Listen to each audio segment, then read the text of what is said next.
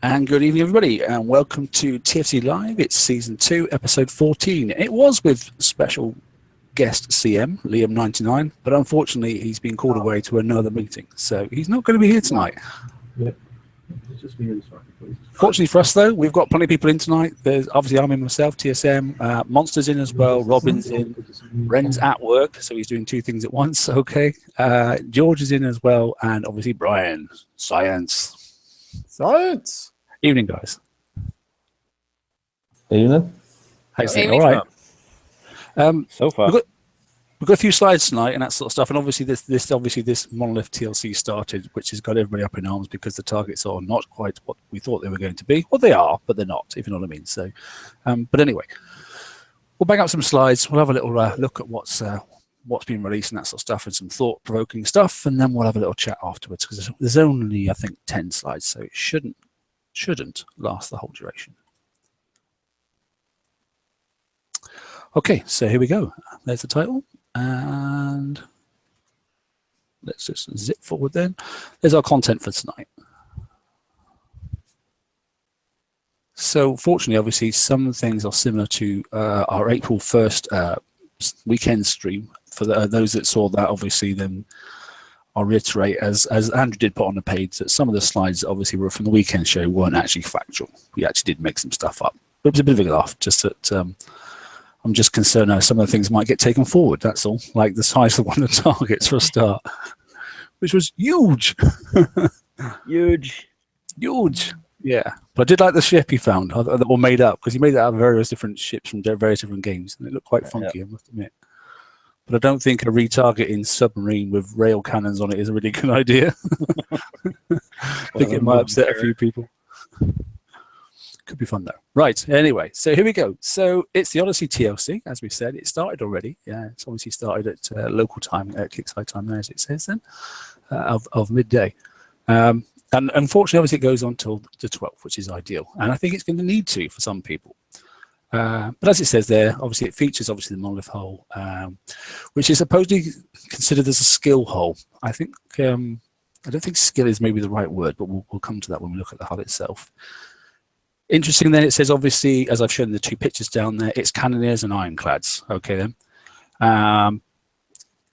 There are 4 run-throughs this time. Okay then. However, there's 5, 6, or 2 sessions of 7 encounters. The first run-through I've completed. And so's Monster. And anybody else done the first one yet? Yeah, I've gotten the first 2 done. You've got the first 2 done, yeah. So the first one is okay. It's generally the targets from the raid, but none of the entry points, apart from the fixed ones like the 73 and that sort of stuff, actually start you off in the places where you normally start in the raid. So yes, the targets aren't too bad, and Monster's fortunately actually done the whole level 1 first run through with his ironclad, so it can be done, so don't lose heart. But they do start you in some unusual start points, and all the start points in each one are fixed, so you can't think, oh right, I'll jump out and I'll go back at this angle. You can't do that. You must start where they put you. That's fair, isn't it, George? That's what happened to me anyway. That's what's happening, and I got caught off guard when I went into the 75 one. So that really annoys a few people. So the example there, so run through 5, which is a 75, that pops you in the top left-hand corner, which is a really bad place to start the target, because as soon as you go in, that's the second half of the sweep round, if you're going clockwise, which is what most people do. But you tend to like to start at 6 o'clock. But by starting up there, you've already then popped up one of those those clusters. And obviously, without getting there and killing it straight away, it's going to start firing on you with that long-range cannon. So yeah, it's a little worse when, like, I was used to going in at 3 o'clock or like 2 o'clock and hitting that first turret there. So starting on that side just completely threw me. Yeah.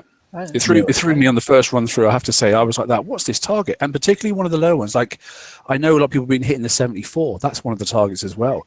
I'd never even seen that target, let alone hit it. And I was like, what the hell is this? It took me a while. It wasn't until I virtually finished it, and I went, oh, I remember Blicking Stew had been hitting those over and over and over again. So, Yeah. But it was too late by then. I'd taken some damage, So, yeah, slightly frustrating. Yeah. What did you experience then, Monster, on the first run through? What did you think? Wow. I didn't think it was that bad. I mean, yes, it did throw us off a bit when it put us in the wrong places. Like, I was sort of like, hang on a minute, I do the target this way, but I'm over here, like, but I managed to get through it. So, but then my ironclads have got Melen. I was going to say, yeah, you've probably got it quite decent. Yeah, ironclads, and you're quite in a good way because you're used to bullying your way through the target in some respects, haven't you? Which is what I did. Like, I didn't piss about. I just stormed it. Yeah. Whereas I'm freaking dancing around like a fairy with a freaking precision fleet and that sort of stuff. I'm going, what's popping up next? And I got blocked by a couple of walls, and I was like, that. Geez, I feel like I'm back down on day one, raid one of a new target. It's like, what's going on? Not until it popped up and it virtually finished. I looked at the target, and went, oh, I know that target. And then second encounter, it wasn't too bad, but you can't really learn an encounter during the TLC. It's hard, isn't it? So, what about you, George? What do you think? I actually went in. I wasn't familiar with any of them, but the 73 and the 75. But I got. I think I took a whopping 10 minutes damage for Prize Pack 1 all the way through. Prize Pack 2. Are we going into that after this, or? Yeah, I got something to say for that. Oh yeah, I know, mate. I know. Yeah, Prize Pack 1 wasn't that bad. I mean, it was. The thing is, the targets have. It seems like they're a little bit delayed in firing, so you actually have some time to dance around. With your cannoneer fleet, so yeah, I mean, it's getting great lately. I was going to do the next run through myself as well, but I'm not going to do it now till tomorrow. So there should be some videos out anyway. But if not, I might stream the last encounter sort of stuff, or just record the whole thing and that sort of stuff. Because I'm trying to. I actually use obviously the crew with the wall buff on it as well. What's that? What's the one with the 25% building damage? I can't remember what it's now. Demo? Yeah, no. But a standard 1-star crew. Creeping Death? Creeping Death, that's the one. Yeah, thanks. Yeah, so I use Creeping Death basically because I wasn't going to waste one of my 3-star crews, just for a TLC, because I'd rather thought myself, well, as long as I get through one round, I can do it slowly and just fix it. So, which is what I'm doing at the moment, because I've got 9 hours worth of damage after encounter 6 of the second run through. So second run through for me wasn't too bad up until the point. So I understood that, yeah, okay, the 73 was a 73. I was quite content with that. Okay, there was no 71. The 75 got used to being starting in the wrong place. That wasn't too bad. And then we go on to counter 6. George, continue. Yeah, so in counter 6, when you go in, it looks like it's walled off and you have to go to the outside. You don't. The walls don't really exist. They're an illusion. You can drive right through them. Unfortunately, to find that out, I lost my cannoneer fleet and half of my ironclad fleet to find that out. Well, that's not entirely true. I had done Prize Pack 1 and started right onto Prize Pack 2, but I only had I think a quarter damage on the cannoneer fleet by the time I got to number 6, and then I'm like, oh hey, I got to go around this way. I'm following the wall, and all the ballistic cannons are on the inside where you can't get them unless you engage the other turrets too. And by the time, I was like, oh. And then I accidentally found out that the walls weren't there when I did my ironclads. I was like, all right, I'm going to set waypoints and I'm going to, pinch everything. And they started going to the left instead. I said, what the hell's going on? They went right through the wall. So that's how you found out. That's how. So I wonder if that's intentional or not. I don't know, to be honest. But take advantage of it now if I was you. It's not your fault. Well, you didn't break it. Looking at the target, I think what is supposed to happen is that we are supposed to go to the left, and those walls are supposed to come up after you pass it.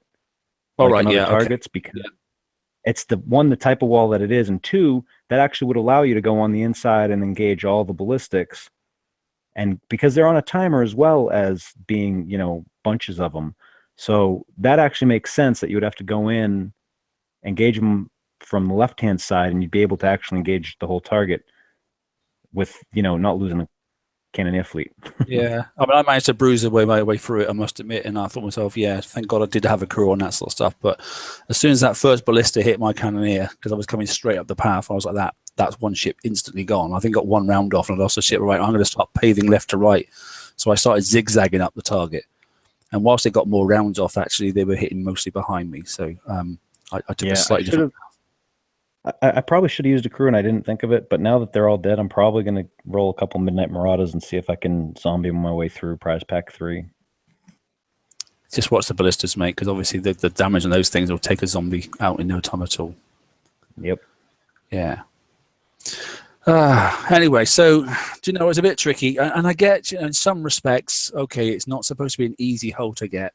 It is the skill hole and that sort of stuff, so I understand in some respect, and they haven't warned us that, well, why would they? It's about, it's an exploratory thing, the whole game, isn't it? It's work out the target, don't assume anything, and this is a classic example of never assume in this game.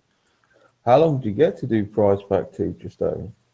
I didn't even look at it. I had 30 minutes left on my crew, so I just went for it. Oh, actually, you know what? It might have been more than an hour. Prize pack 3 was an hour because I had started that and I was going to do it, and then I forgot I had to go shopping. So, all right. No, I'm not doing prize pack 3. I'll wait till tomorrow till I'm fixed up and that sort of stuff. So, but anyway, talking about prize pack 3. So we know there's a 7th encounter. I know somebody put up a fleet up with the mortar on it, and the mortar's not read out. So someone's definitely done it, and there's bound to be some videos kicking around. So I haven't actually seen what actually the 7th target is yet, because obviously run 3 and run 4 should be identical as they were in the previous TLC. It's just that obviously run 4 is where you get your extra bits and bobs. You get extra VXP and some extra build, and is it 1 extra build token? I think it is, something like that. Something along those lines, anyway. We'll look through in a second anyway. But yeah, so it's prize pack 3 actually. Then obviously you get that badge. So that's the badge there, the sort of mermaid-looking thing that you can stick on your base to say, look, I've done it. Badges are becoming a bit of a good thing or a bad thing. I'm not really sure because, obviously the latest TLC where you got the badge for the submarine, that tells everybody you've got the submarine. So it's like giving away free information to people that you maybe want to attack later on. So they just seem to be giving them out for anything. I know, I feel like a Boy Scout nowadays. Like before, you had to earn them, but now they just throwing them out like. Yeah, it does seem that way. It does This seem was that the way. badge. This was the badge for Siren Song, but they renamed it. I don't know if they renamed the badge description, but No, it is still the same name. Yeah, it is. Because when I got it today off of GDR, that was what it was labeled as. so this is labeled in game for the Siren Song campaign. That's what it said. Sorry. Yeah, I know.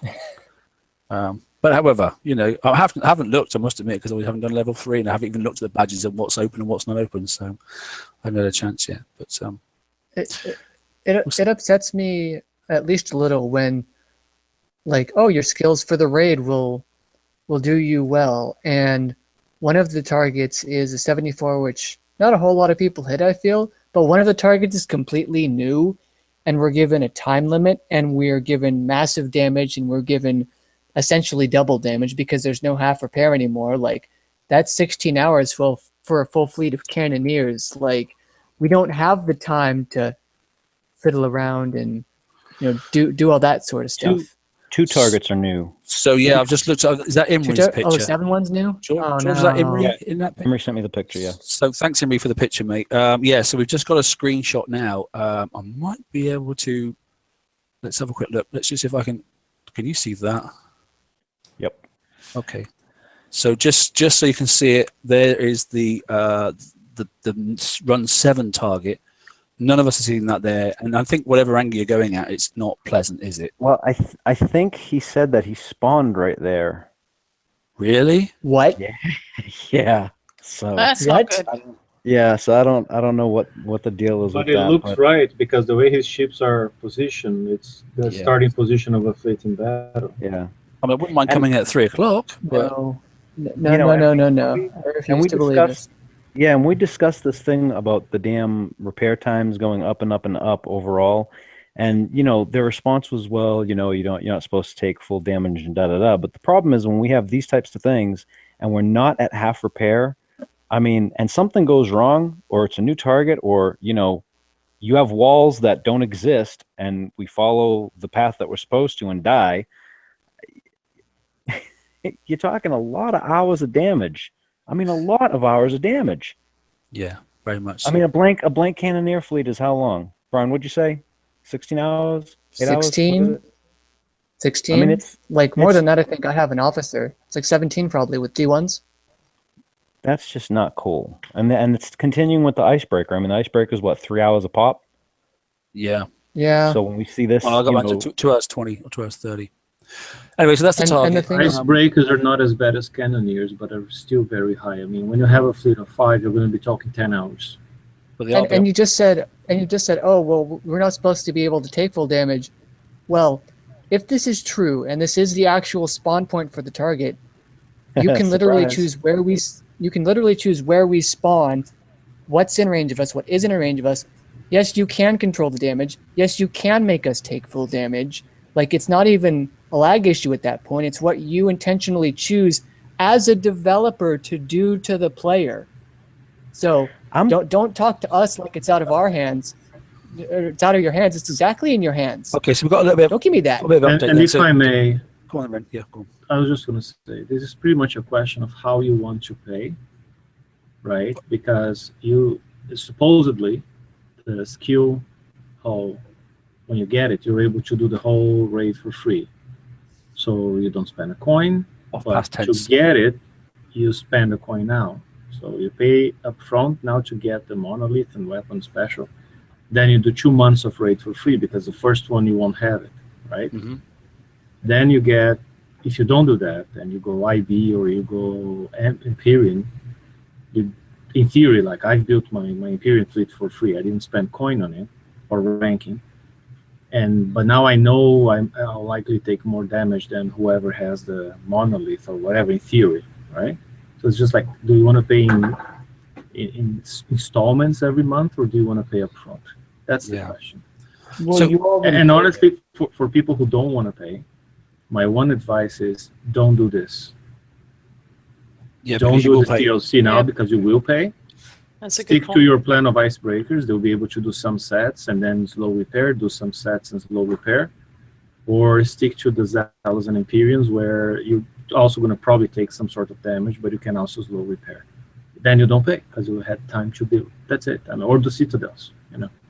But even if you win this, you're still going to be paying, because you're going to have to pay to fix your tank, because it's like, what? It's probably going to be a 3-day raid again. And I highly doubt, if the numbers are anything like last raid, that you're going to be able to get those sort of points over the 3-day slow fix in a tank. Like, so Yeah, I agree. It's interesting, isn't it? It's very difficult to do a Garrison target for nothing.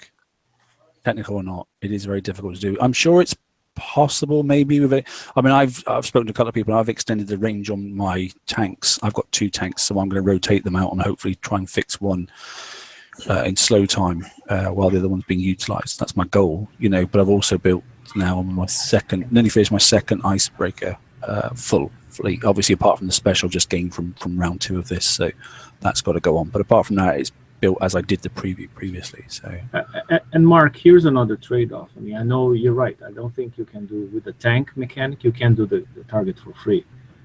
On the other hand, the skill needed is a lot lower, and which makes sense, because that's going to become a fan. You can't require that sort of precision that was required with hell raids, or even with cannoneers. Right? I mean, with these guys, the precision required, the skill required, let's say, it's lower. There's more tolerance for some lag in your connection. But on the other hand, it's only one ship taking some damage. I mean, we all know we can do, in many cases, can do FM today, hitting 3 targets for like under an hour repair. So Well, I that mean- sort of damage to me is okay, if the trade-off is like, you don't need to be a genius driving with a perfect connection and other sort of crap all together lined up, you know. I think they could do the quote unquote skill part depending on the ranges that they put in the targets for those turrets. Yeah. The catch Agreed. then becomes, you know, can you drive that tank with that kind of precision while you're dragging your DPS ships behind you? with precision, Yeah. they can't hit the mines either. So you've got to have 2 sets of precision stuff going on at the same time, and that is then, you know, a skill driver's sort of like goal, I suppose. This whole mine is annoying the crap out of me. It's just because the whole mechanic they've implemented is not real. I mean, if you can detect the mine, if that was like a real, like on the seas situation, you can see the mine, you can reach the mine with a weapon, you should be able to shoot it down. Now, just the mines being immune, it doesn't make any sense to me. Well, I mean, if we're going to go real world, they could always just make them, you know, floating walls again that blow up when you touch them. It'd be the same thing. It just looks like a mine. Yeah, I think that's a fair point. It would just be a floating wall, basically. I mean, as far as I'm concerned, it's just basically something that we have to avoid. And I think, you know, as I said to somebody at the weekend, without doing something, how do you actually make a Garrison target harder, apart from by making the weapons on them OP or the shield OP? You know, it's very difficult to up the technicality on a Garrison target without doing something. And the impede on this one, to make it harder than the previous ones, are those mines, which means you've got to be you know, and learn a different path and that sort of stuff. But I think once we've got the path nailed down, I don't see it's going to be the end of the world, but we are going to have a little bit of a test, you know, because we've only seen one of the targets so far, and it's not even obviously a top level target, but we are. Well, Although it's the size of one. It's a good size of a target, yeah, I must admit. But you know, once we got them down, we'll take some screens, we'll rebuild them and that sort of stuff. Then we'll look at the routes, and that's the first thing I'm going to do. Is I'm not going to go straight into this raid just blatting away. I'm going to pause for a little bit, get the screenshot, work out which avenue I want to go, and then I'll try all the different entry points I can, sort of stuff, you know, to try to make it as ergonomic and as least amount of turns and you know, stopping points as I have to do to get the target, as I did in the previous raid, you know. So anyway, we'll see. So anyway, so that's the start date. There's the finish date. There's the run through. So there's four different run throughs with you know 5, 6, and then 2 lots of 7 encounters. Notice then, obviously, it's players 15 above, by the way. Good. Right. Okay. Let's move along nicely. So here are the price packs. There are 4, as we've stated, obviously. So you get the hull, obviously, in price pack 1. And now you've got the flag ironclad, haven't you, Monster? Yep. So that's got to have helped a bit. And like you say, you've got Millenniums on yours as well. So maybe the best thing. And I would definitely use then probably a Steelheads crew or something for that, or another speed crew or something, or rather, or you know, a damage crew, whatever, depending on which weapons you've got. You know, anything you can use to give your ironclads that bit more of an oomph, whether it be speed, whether it be increased damage capability or protection. I'm not sure which is the best one to go for, but well, it's quite simple, mate. I've done the first prize pack and I didn't use a crew. Moth I had, like, but that was for 5 hours 47 minutes, I think it was, damage. Now, if I can't do the prize pack 2, now that's the damage I'll get before I get to the 6th one. Okay. So if I can't finish that 6th one, then it's only a 3 hours, like somebody said in chat, repair. Sorry, it's only a 3-hour campaign. Then if I want to do that, I'm going to have to coin it. They haven't given me a chance to be able to repair my fleet or out. It's going to have to be coin. So from that point on, and same as pack 3 as well, I would have thought. Yeah, no, agreed. I've heard you. It's yeah, it's interesting. I mean, I just think the person or what they've done is, you know, you're gonna have to really either I'm not sure because I haven't actually seen it done yet, but it's either a case of coin your fleet to get the 6th target done, or get part of the way through that 6th run and then make some, hopefully get at least up to the top then, and then maybe you might have to go back and then zombie a few of them, that sort of stuff, you know, because you can still do that at the moment. Yeah, to get through it. You could always try and zombie it with a Midnight Marauder. That'll bump up your damage. Yeah.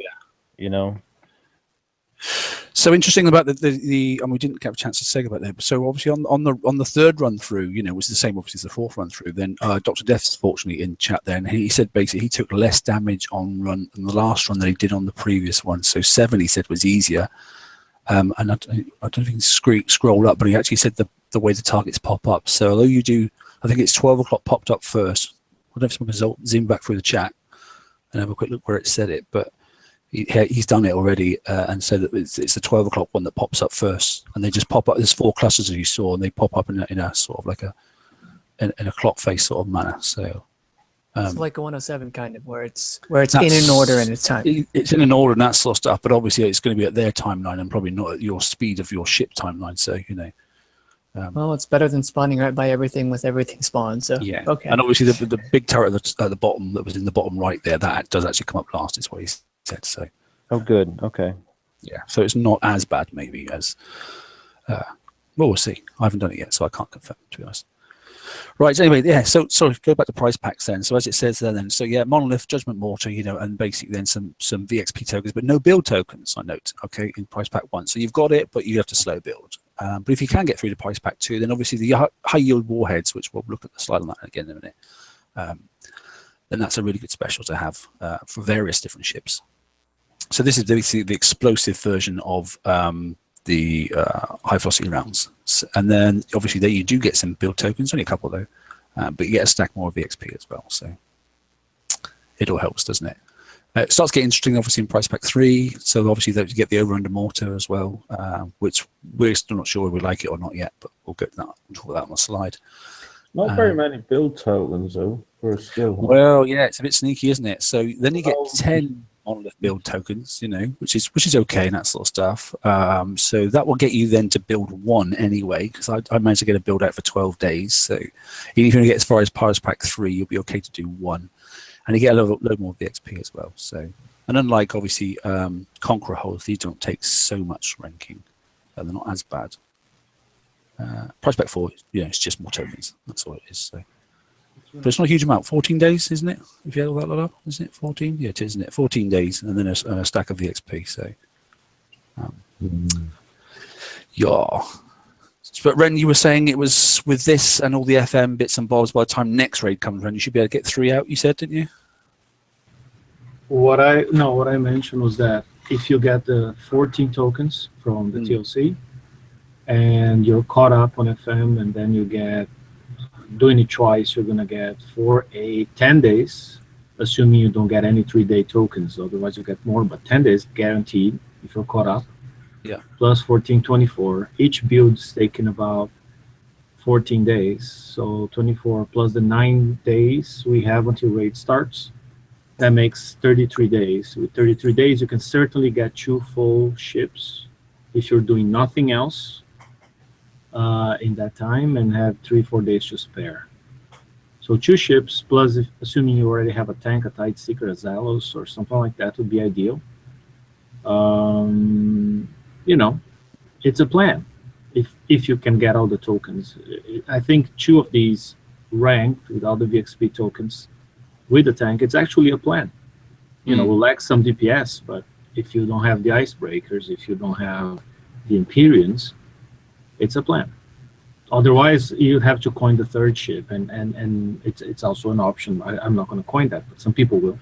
No, but I would just say don't get 4, don't build 4, because I bet there will be a flagship. So you want to have the tank, 3 of those, and room for a flagship. I was just about to say that exactly. An example build I put up on the page was 12 days and about 7 hours or 8 hours or something like that. So I can virtually get 3 out before the raid starts. Yeah, if you do a 12-day build and with all the tokens, you're right. Then you're going to be like 3 days short of a full fleet of 3. And that is reasonable. I mean, people want to coin 3 days is way more reasonable than a whole ship. Yeah. So it's not going to be my option to go for. My option is going to be going for icebreakers. That's what I'm going to go for first, because I've already started, in a position. They're ranked, they're skulled, and that sort of stuff. I mean, so we're going to have this from VXP there. It's good and that sort of stuff, But so quick show of hands. Who's going icebreaker here? I know George is. Mark is. Anyone else? Ryan, 3. Robin, what you're going with? I'm doing the Empyrean and the Zealous. So that's 2. So am I. So Chew and Monster.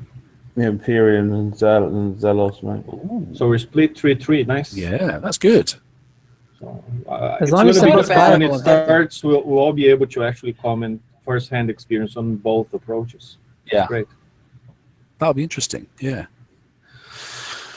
Okay, so there's a price pack anyway. I actually do want to mention, just because we've covered it a couple times on the page, but if you're in the middle of finishing your icebreakers or your Empyrean fleet or whatever, don't get sidetracked with the... It's always the thing I say to my alliance. I just told a guy to abort everything and start the monoliths and just have 2 half-built fleets for raid. That's the right approach. That was sarcasm, folks. Yeah. I was going to say, yeah, whatever you started, it's always better to finish that fleet. It may not be as good as the next fleet, okay, but at least you've got a fleet and not 2 half fleets that are worth nothing. And we don't have the big heavy targets this time round as well, so it's not a gotta have right now. I'd say the only advantage the only prep I've done based on the preview, and tomorrow's preview obviously is a similar sort of thing again. So I'm actually not testing anything that's, when I go in, I'm not going to test anything funky apart from them. I'm just going to reconfirm my icebreakers. I'm happy with them, but actually I'm going to go in testing all low-level stuff. So I'm going to look for punishers and I'm going to look for other things basically to see what I can do for low levels and that sort of stuff. That's my goal anyway. Should be a different raid. Still can't see why they've not brought out a tank for this week.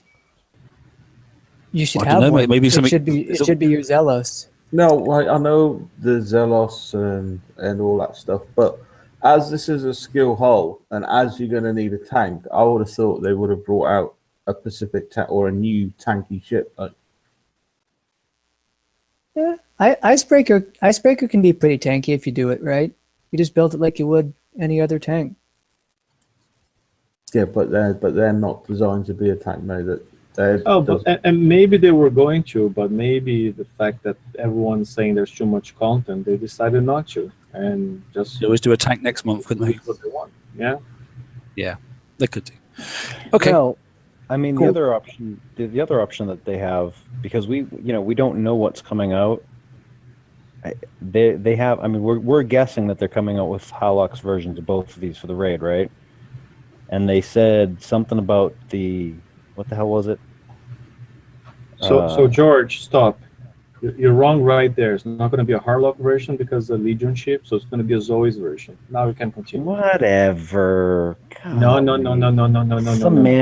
Semantics. Exactly. Yeah. Right. Come on. Let's crack on a little bit more. We'll look at that. Yeah. So there's some interesting. So there's combat mortar. So those that saw the weekend show, yeah, there was some jokes in it, but actually this was the slide we shown. I haven't changed the slide at all. Why? Because there are no stats changes. Okay, and so there we go. There's no change to the over-under mortar that we showed at the weekend. So it is a splash of 17. The weight is still blooming heavy. Okay, that's been done on purpose. They stated that. That's so you can't go OP and put too many on. Okay, and you also got to think about your build rather than just slapping it all on go for it, having lots of space left over for weight. Reload time 10, which is reasonable. Salvo 4. Okay, it doesn't move. Bear that in mind. Okay, then damage is monstrous. Range is standard, spread is standard. I don't think there's nothing really way out there about this mortar. Don't know. What do you think, to be honest? I'm interested to compare this ship to the Imperium, I must admit, once it actually starts getting full on. And that's what I'm going to test in the preview, the difference between this hull and the Imperium, and see what I can do. Now I know how the targets work and how I can drive. I'll just keep the same tank, but I'm going to test the two different ships. I mean, it's about 1.5 times as strong as a Judgment, but the Judgment has MIRVs. Ideally, the MIRVs wouldn't matter, but this is strong, but it's because you're only running a tank in with this kind of target, you're not taking as much additional damage as you would if you were hit by like a splash gun or whatever. Yeah. So I think this is yes, it could have been lighter, but I think this is fine. I managed to get I did put a light build up on the page basically because it now has obviously. We'll talk about the hull in a second because now the hull characteristics have changed. I've actually gone for one Judgment mortar and managed to get 5 of these on as well. I've still kept a bit of countermeasure because I don't want to get caught out.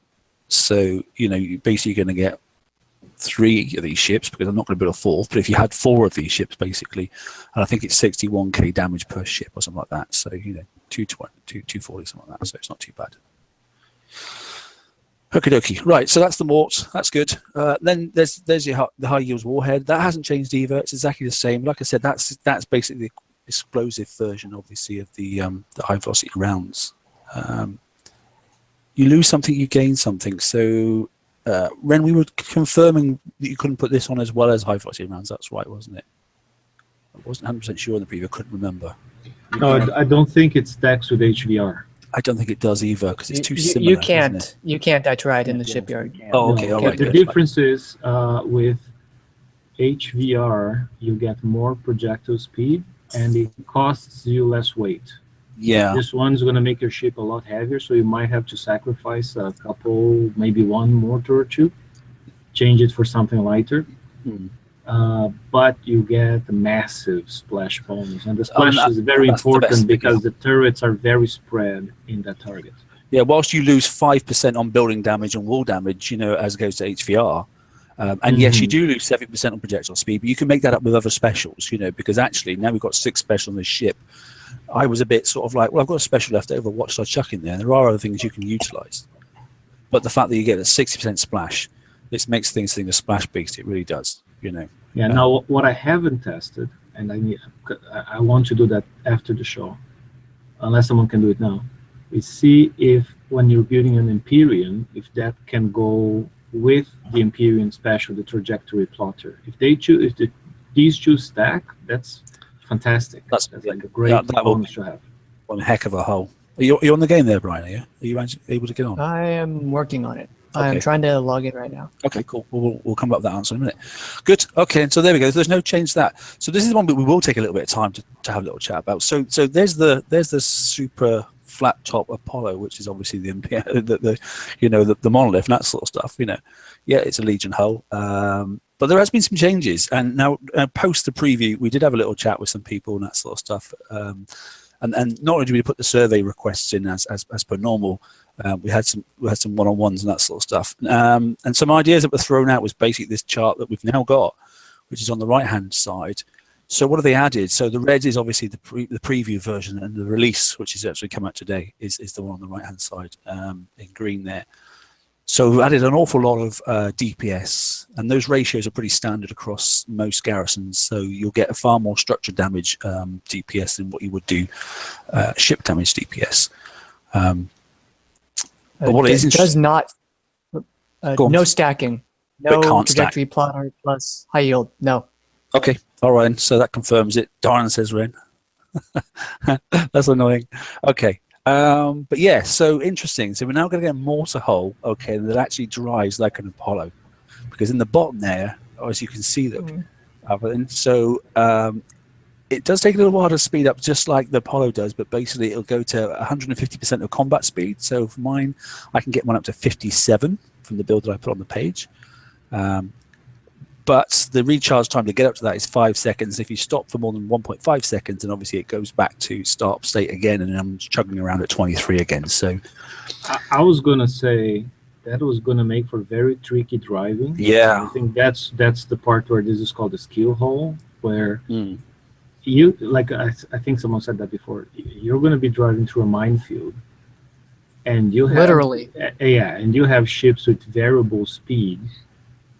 Right, and your tank doesn't have a variable speed, right? The Zealous can, it's usually I think at 59. So you're gonna go from these guys falling far behind to them catching up, and then you stop again, and then they slow down again, as you keep moving all the time. But then you gotta be very careful with the mine. So it's very, very tricky driving. Good luck with that. Yeah, it's gonna be tricky. I mean, I will be. I'll tell you now. If I do end up using this hull in some future time, I will be using a macro without a doubt. Yeah, it's going to be a lot of shift clicking and that kind of stuff. Yeah, or shift clicking as you move. But you know, I was just going to say, I'm actually more and more confident that I made the right choice with the Empyreans. Like, they have constant speed. They keep up with the Zealous all the time. It's going to be a lot easier to drive, even if I take a little bit more damage. I just hope I don't take a lot more damage. Yeah, this kind of well, for one, the fact that the turn speed for their special ability is so low, and their base turn speed is so low, makes me worried about how well most people will actually be able to dodge mines. I feel like it necessitates charged armor X on these, at least one, maybe two, just in case you bork it. One thing that there is not a box around, and I think there should be, look at that remote targeting fall off. Look at it. Yeah. Look at it and rejoice. No fall off. Yeah. In fact, yeah, fair point. Actually, that was because that has changed. Sorry, I did forgot about that. Yeah. That's no fall off whatsoever, which is the only hull I think that has that. Apart from I think sits at R5. Harlock Citadel and Harlock Citadel and sits at R5. Don't they have no drop off? Let me take a look. I think they don't. Mine are R4, but I can look in the Foundry. If you get the Citadel Shore 5, which I think today is impossible, the fall off goes down to 0. Yeah, so it's the same. Yeah, Yeah. but getting R5 Citadels now is a rarity, isn't it? Because it can't be done basically. Now I It could gotta be say, done. I mean, Mark, you drove the Empyreans in the preview, right? Mhm. And their turn speed is 10. What's the turn speed on the Monolith here? 19? Well, that's just it. It's pretty bad. So the turn speed at the moment currently is obviously 10 as Oh, it is it 10 stands. too? Yeah, it's Okay. 10. So you It's get the same. It's 150. exactly the same turn as the Empyreans. Same turn. And I had to put thruster on, obviously, but for this, it's going to be different. Now, the complicating factor for this is, look, if you look in the bottom box there, it says combat speed by 150%, but only turn speed by 50%. Ding. So that's not good. No, but it gets better, right? I mean, better than the Empyrean. I mean, Yes, it does. except little. it's variable, which But is the fact again that a this speeds complication. up to 57 combat speed, when your turn speed actually is only going to go up by 50%. So if your turn speed, I think that's at 24, then I'm going to get 36 turn, and I'm going to have Yeah, 57 combat speed. So the turning arc is going to be awful. You're probably going to be hitting a lot of mines, and I think that's the intention. You make a mistake, you hit a mine. So that's why paving comes in. I'm going to have to try and zigzag through these targets if I can. Once you're inside, it doesn't matter too much, does it? But getting in is going to have to be pretty accurate, I think. Yeah, and in many occasions, you can keep the mortar chuckers in a straight line and just weave the tank in and out and make the tank turn. That's why on my build, you see my Zalos tank has hydraulic resistors and ion thrusters, because then it turns really, really fast on a dime. While the the mortar chuckers don't turn as fast, but I don't plan on turning them nearly as much. No, very much so. Yeah, the zigzag should be done. Yeah, like you say, with your tank. With the without a doubt. tank. Yeah. It's just trying to keep these things in a straight line and then basically plugging a way through. So you can just like push them through the gap, hopefully. Right, but the catch that I have with this is that I'm pretty sure it's clear that these are not intended to be used in this first raid, right? They're to be used in the second raid. That's with it coming out a week early. Yeah, unless you're going to coin them, right? Yeah. So that's why I was trying to say until Ren corrected me with the Zoe's thing. I'm presuming we're going to have a flag for each one of these things, and we don't know what the special abilities on those flags are. Additionally, we're having a preview for the alpha. It comes that second. Yeah. Harlock's alpha, right? If that's on the other side, that's only a one hull prize, right? So maybe we might see another hull on that side as well. I mean, who knows what's coming out? That's the things that I like, and this is a sore spot with me, is that we just don't have the same transparency that we had last year. Last year, we knew when the Revengers came out, we knew what the plan was going for months ahead, and we weren't guessing like this. Not as much. Well, my guess is left flank icebreaker, right flank the new defender. The new defender's a Harlock's version, though. Harlock's alpha. But it's still a defender hull, which means it will be on the right flank. Right, but are they going to take up the whole side for one limited hull? I don't think they've ever done that, have they? I don't think so. I don't think they ever have. I think that's either going to be in the lock store or the... I actually hope they do it. I actually hope they put that on the right side of the price range, because that means everyone, which is the majority of players who didn't get the icebreaker at a premium price last month, Can grind it away. can focus on the icebreaker Yeah. without being worried about losing some key piece of technology. I mean, let's face it. I mean, a Defender flagship, it's a very niche ship that most players won't need and won't miss if they don't have it. But they've never put PvE on both sides. And if we're honest with ourselves, I want to say 90% plus players in the game, all PvP content is optional and something that is a luxury for a lot of the 90%. I disagree, Brian. I don't think it's optional. I think that's for a lot of players, that's the only fun part of the game. I understand for some people they don't care much about it, but for some people are only still here because they can fight each other. It depends on player style. My point is that I'm trying to hint to Kickside that I would really like to see a tank for this damn hull. I was trying to be subtle, but obviously that wasn't working. Yeah, I would like personally. I would like to see. Okay, so we're getting it early, so those that want to coin it can do it early. That sort of stuff before they're ready to get that. So what's wrong with putting this hull on the right-hand side, putting the icebreaker on the left-hand side, and then the limited tech goes the Defender? Why don't you put this and the icebreaker on the left-hand side, just like they did the Punisher and the No. That's not going to Citadel and the whatever the hell it was. That's not going to happen, mate. No, Yeah, I don't definitely think won't so. happen. Right, going back to this hull though, it was an interesting point you said about using a macro to drive this sleep mark. You shouldn't need to use them to drive. No, I got that, mate. I understand that, but then again, a lot of people can't shift click.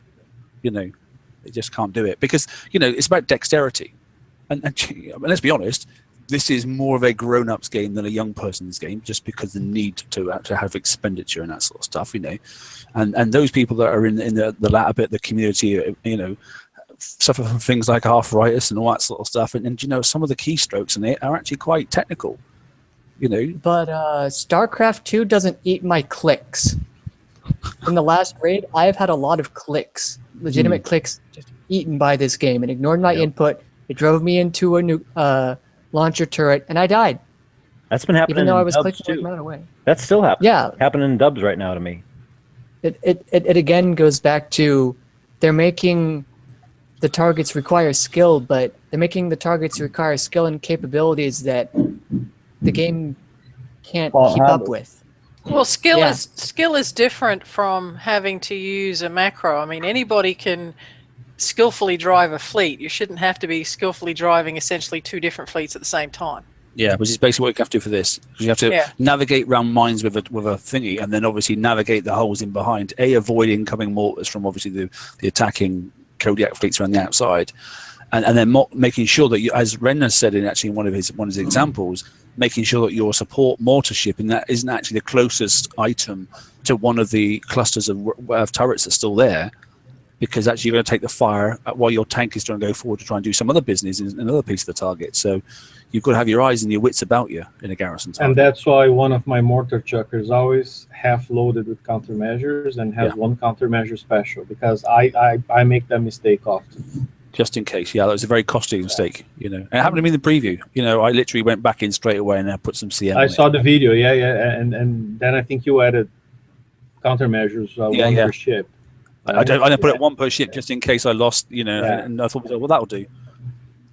Like I said in the preview, it's 2 hours seems a long time, but actually when you're trying to think and do all that mechanics at the same time, 2 hours goes very fast. Yeah, I know. It zoomed by. Anyway, right, so there we go. That's the change. Okay, the other two items are the same. So an interesting change, an interesting dynamic in the game. Drive it like you stole it. Treat it like an Apollo. And I already know someone's thinking about making one into a countermeasure hull itself and just going flat on with 4 of these ships, and then just trying to treat it like a set of Apollos. So that'll be interesting if that's going to work out. I don't like that. I think it's going to be dangerous to do that because you've only got 90 range. I don't think that's enough. I think cold snaps are going to obliterate you. But and this ship does not have deflection. No deflection at all. That's true. That's I important. think it's going to get eaten alive, but that's up to him if that's what he wants. So I advise against that strongly.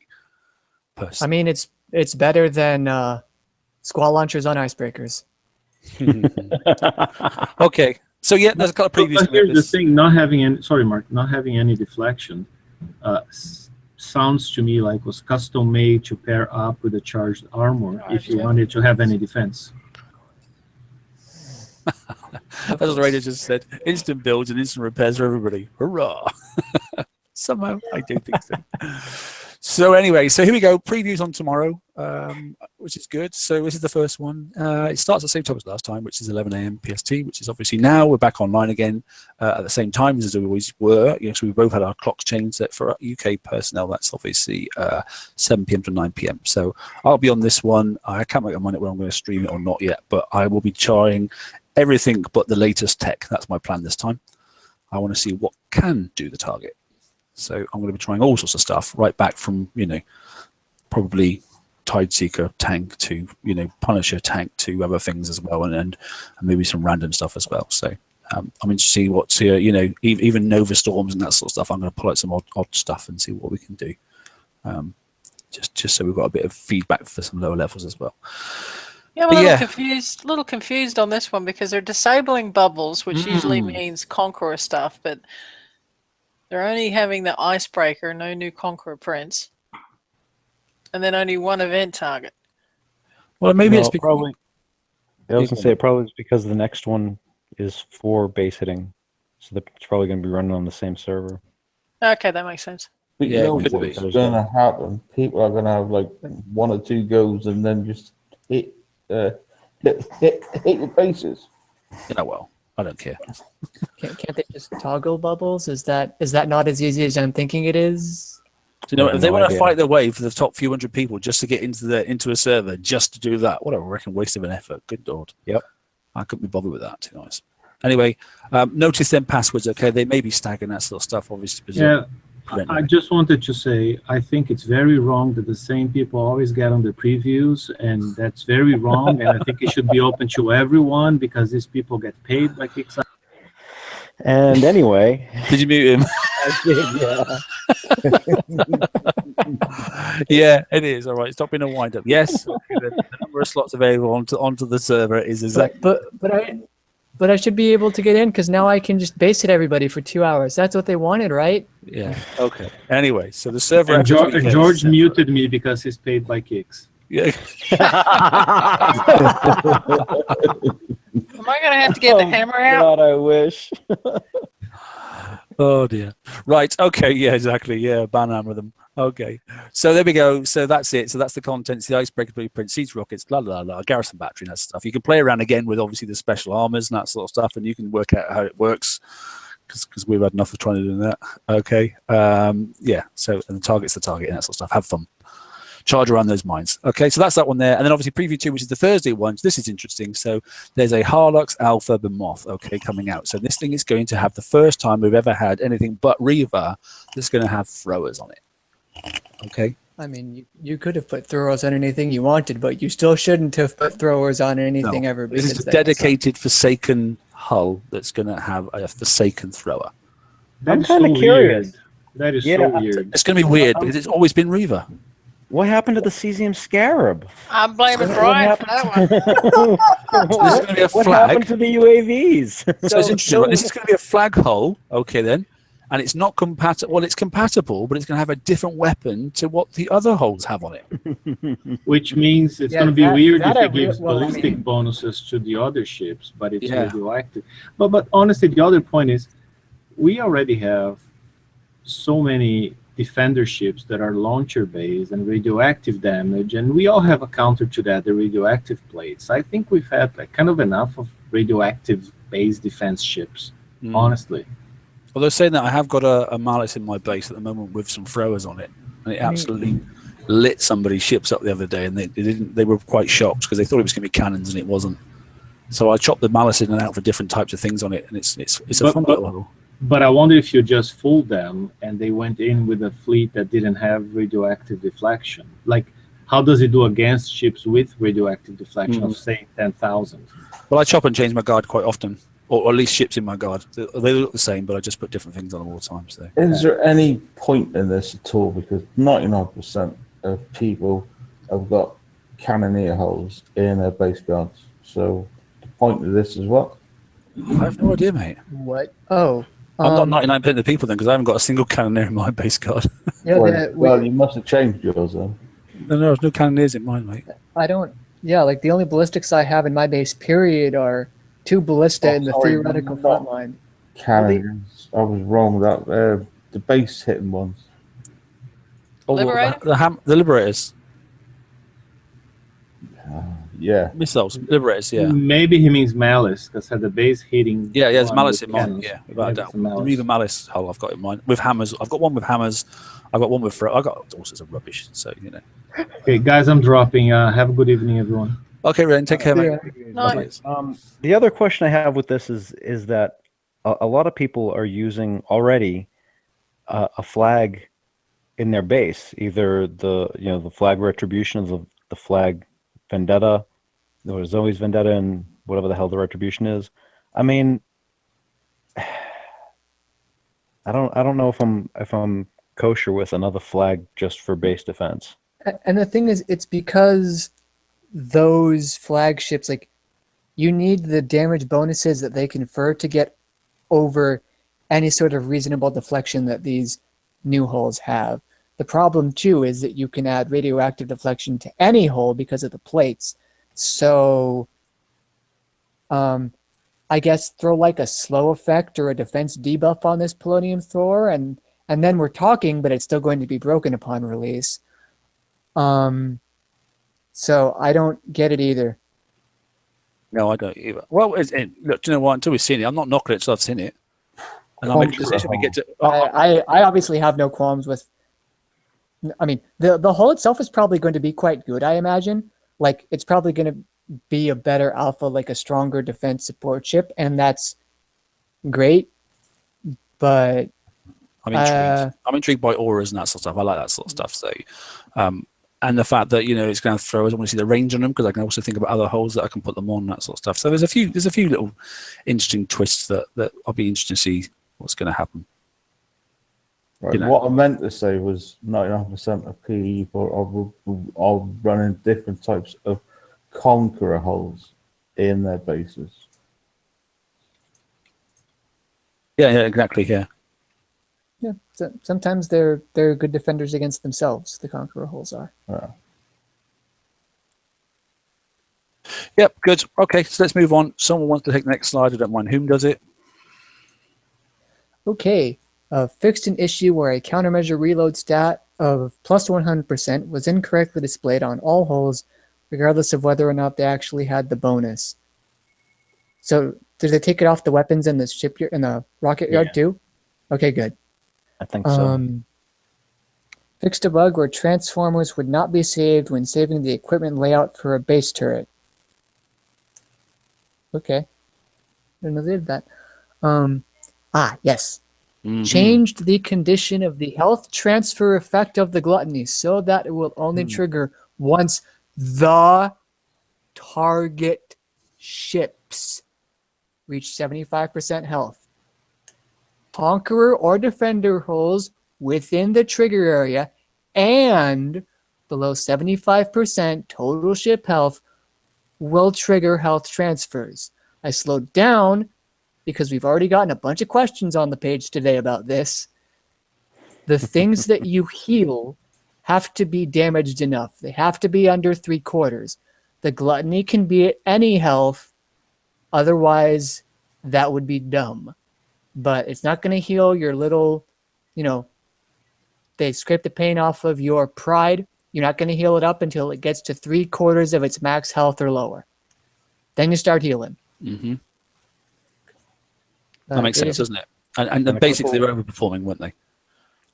Yeah. I know people have been putting obviously a gluttony or two in their attacking fleets, and then going yeehaw, off we go, and so. And they always do that with ships. If some ship outperforms its intended spec, then they'll make a slight adjustment. You can bitch and moan, but it's always going to happen. It will never change. Okay, so that's it. Let's move forward. Let's have a quick look. Make sure. I think we have come to the end. Yes, we have. Good. Right. And we're back to normality. Anybody got any points they want to close? Well, what we call normal. Yeah, I was going to say, were we ever normal? Well, back to normality. I don't see me building this hole from the TLC because I don't see me being able to finish the TLC to get the stuff to build it. Me either, if it's as bad as you guys are saying. And well, it's a special I wanted. It's a special I've got. So that's my main goal, to be honest. If I get the hole, I'll have a crack at it, obviously. And if I get it, I get it. I'm in no rush to build it. I want the weapon. The weapon's pretty sweet. And it was mentioned earlier that the individual mortars deal less damage than the judgment. And yes, that's right. But the DPS for this is higher. I haven't done DPS to wait because I didn't have time and I don't care.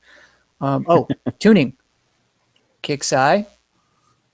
You said the raider would be tuned for icebreakers and probably Empyreans, and I imagine Citadels are supposed to perform a little worse. And I understand that. And I know you've had problems in the past with balancing the first raids of cycles. And I know the charged armors, I guess, aren't getting fixed because that should have come out now. Hint, if you want them fixed, you need to lower that minimum damage that we take from 25 and 35 down lower. so that you can make it a little better without making the damage that we need to take to make the charge armors go too high. But basically, TLDR, don't tune this raid for monoliths, and I understand that you don't intend to, and you can say that you won't all you want, and that's fine. But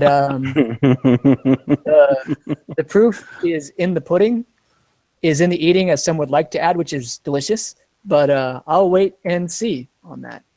So Yeah, don't screw it up, guys. I want to add on that charged armor. I think, you know, what we saw in the test server, and I'm going to test if I can get on. If I get free, I'm going to get some testing done on the charged armors. I think the M was working pretty decently, and the X was the one that everyone was having like some serious problems with. And I was thinking about it, and I think part of the issue is that the explosive damage in that is a lot. There's a lot of splash damage, and you know, splash linearly declines from the center to the outer edge of the splash ring, right? So if you're at the outer edge of the splash ring and you would have only taken 20 damage, using that armor, it's an automatic, what is it, the minimum 35 on that one? So that might be one of the issues that they're having, is that it's the overlapping splash fields might be throwing it off. I'm not sure, but I really hope that they're looking at that, at those armors, because I spent a lot of points on it. I really want to use it, and I really want it to work, because 200 million points. No, agreed. It's a lot of points. To be fair, they shouldn't be making this raid anything about those armors, mate, because S targets. That's what they're there for. Because a lot of people couldn't get them. Well, they did say that, and Ren was shared that, I think, the night that he gave that out, that they specifically said they weren't tuning it to these. No, they were a luxury at this time, is what they said. And that's great, and thank you very much for that. But I think that if people want to use their luxury items, they should be rewarded for it, while also not having the people using D1s or whatever be punished. Which admittedly isn't the easiest thing. Balance. That's the balance. I mean, how many people actually got all of the armors that would be able to actually use them? Because one, you don't have enough time to build 5 ships. You don't have enough time to build 4 of them actually all the way out, right, from last raid to this raid.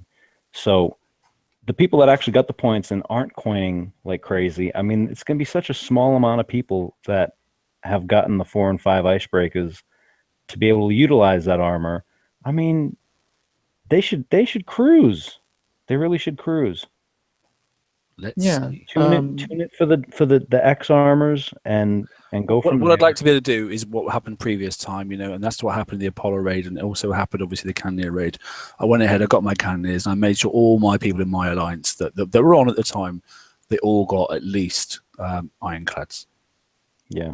So they were ready to go with something, and it's proved dividends, because they've been out smashing turrets, and doing base parts and base parts and base parts and base parts, and now they're in a better position as a general alliance, and it's not just about the ships they've got, their base and everything in general is improved, Right.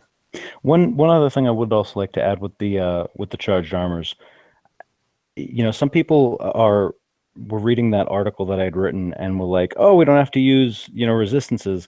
That's not exactly what I meant.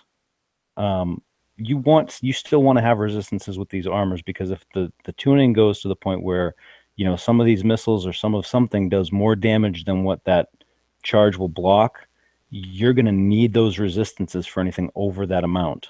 You can't walk around with just like 70 and 80% resistances. The chart that I had included was showing that you might not need the armors, like the regular D1X or the D5X armors, when you stack 4 of them together. But I'm going to be running the armor special and resistances. I mean, I'm going to be doing my resistances up. So I just hope no one really mistook or misunderstood that. So we'll just finish off then, just by saying simply, for those that have managed to get through, obviously the latest TLC, if you do have a video, then please pop it on the page. Obviously, because it is a TLC and you're tuning how to help somebody to get through it, I'm not really bothered about your build too much. We know we like to have the builds as well, but in general terms, if it's your standard normal Millennium guns and it's Cannoneers, I get that. So but the pathing through the target would be nice. It would help some people, particularly because the entry points are just unusual. So that's enough as a tutor, as far as I'm concerned. It warns people off. I will also probably, when I get to the next level, and I'll video at least 6 and 7, just so we've got something. So that will help. Anybody else got any closing points or not? No, I think we got everything good. Good show. Cool. Excellent. Right. Thanks all for tuning in. Enjoy your week. For those that do get into the previews, hopefully I'll see you on the chat. Take care, and look forward to seeing you on the open mic on Saturday. Good night. Night. Have a good night, everybody. Night.